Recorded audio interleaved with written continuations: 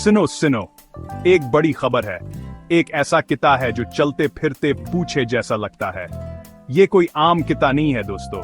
Commodore, जिसे Hungarian शेपडाग भी कहते हैं, अपने ड्रेडलॉक जैसे बालों के लिए मशहूर है। जी हाँ, यह लंबे लंबे बाल सिर्फ दिखावे के लिए नहीं हैं। यह हासबड़े रोएदार गेंद को शिकारियों और खराब मौसम से बचाते हैं। इन सब बालों के नीचे कोमोडोर एक वफादार और मुहाफिज दोस्त है। असल में मवेशियों की हिफाजत के लिए पाले गए ये किते बहादुर, आजाद और बहुत होशियार हैं। लेकिन आंकी संजीदा सलाहियतों से धोखे नहीं खाएं। उनका एक खेल कूद वाला पहलू भी है।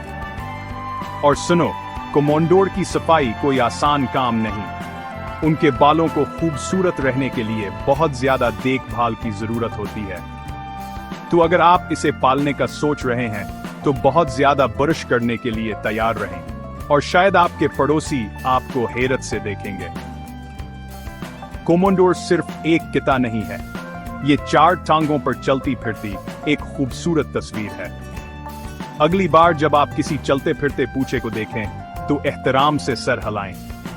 आप अभी अभी कोमोडोर से मिले हैं।